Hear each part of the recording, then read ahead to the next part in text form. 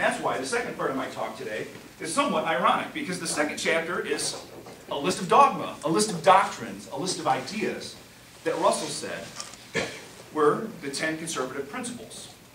You know what? Here, why don't we just pass a few of these out. If you don't have a wall on which they'll go afterwards, please, but yeah, please, absolutely. Please, just leave them behind, and I'll get them on a wall someday.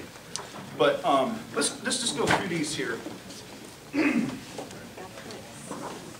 The first of which, and you'll notice that it's not lower taxes, strong defense, and God is good, and keep government out of our business. So a lot of folks, particularly conservatives that are familiar with the talking head programs, they read these things for the first time and they say, what is this? What is this foreign language? It must be heresy. Kill him. But if you come to realize that what Russell's talking about here is truly the conceptual abstractions, the ideas that aren't necessarily Russell's, but rather are the ideas that he has culled from a long history. And that's the book, Conservative Mind, that came out in 1953, is essentially, it's a book about all of the great, what could be called conservative thinkers, from Burke, in the last edition, to Eliot. So, first of all, the conservative believes that there exists an enduring moral order. An enduring moral order. That God created this order for us. And we were created for it. That there are certain normative truths. That what is normatively true for a snake to crawl around on its belly is normal for a snake. But if a human tries to do that, that is not normative. That is out of the enduring moral order. Conservatives find respite in this by saying, well, there's an enduring moral order. Man and woman come together in marriage to have a family. That's part of the enduring moral order. Number two, the conservative adheres to custom, convention, and continuity. The 3 C's. What do we mean by this? Well, custom is what allows men to live together. We share certain customs. We share certain ways of living. Convention is really law at its base, is convention. We create these laws. We decide this is the type of community in which we want to live. Continuity. Perhaps the best way to point out what continuity is to show the inverse.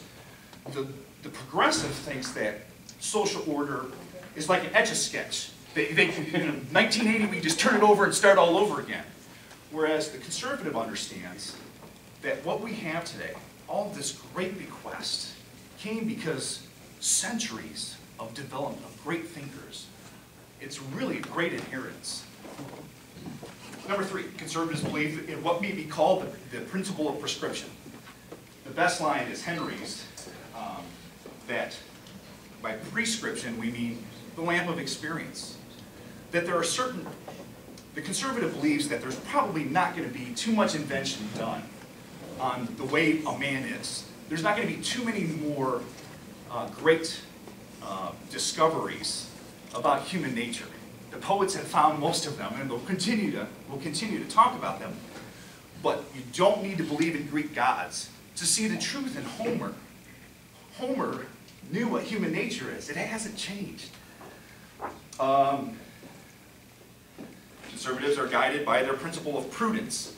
In the book, when Russell mentions this, I cannot help but think of Henry Hazlitt's economic lesson. Has anybody heard of Henry Hazlitt? Economics in One Lesson. Can anybody recite the lesson to me? The one lesson? Of course, go right ahead. Henry Hazlitt, Economics in One Lesson, I may be paraphrasing you, sure. Saying, always think through all the effects of what you're going to do. Exactly. That the art of economics isn't just by looking at how a particular policy will affect one group, but all groups. How a policy will affect all groups, and not just in the short term, but in the long term as well. Prudence, on the other hand, looks at all the different ways that it can affect someone and understands that often a policy has lots of unintended consequences. Very important distinction there. Variety. We pay attention to the principle of variety. What does that mean? Does that mean that we're in favor of multiculturalism, where we think that all cultures are equal or somehow equal value? No, the conservative understands that variety means that we're all different. It also means the idea of subsidiarity. Have you guys all heard this word before? Subsidiarity.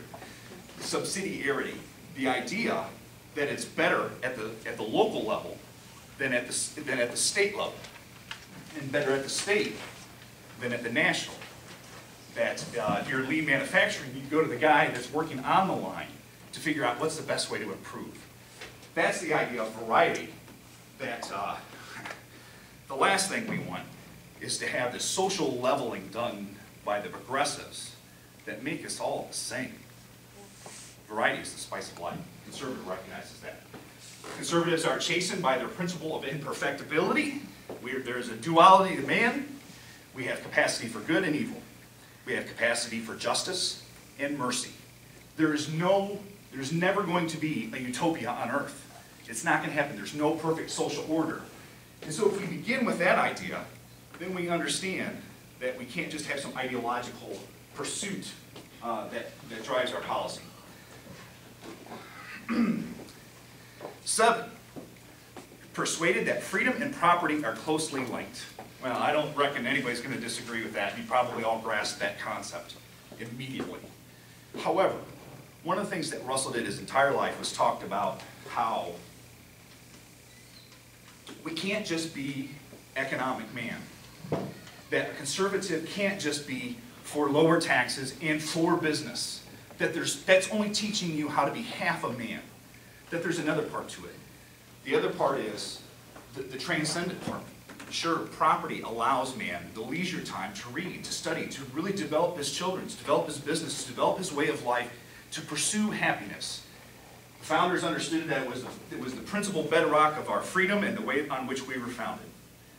Conservatives uphold voluntary community quite as they oppose involuntary collectivism.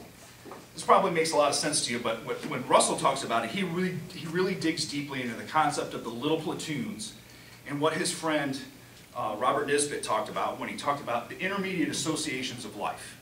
Church, family, town, the scout troop, our clubs. I saw Mr. Bowman show up. The unions. Although conservatives don't particularly like the current manifestations of unions, the original intent of unions is very conservative.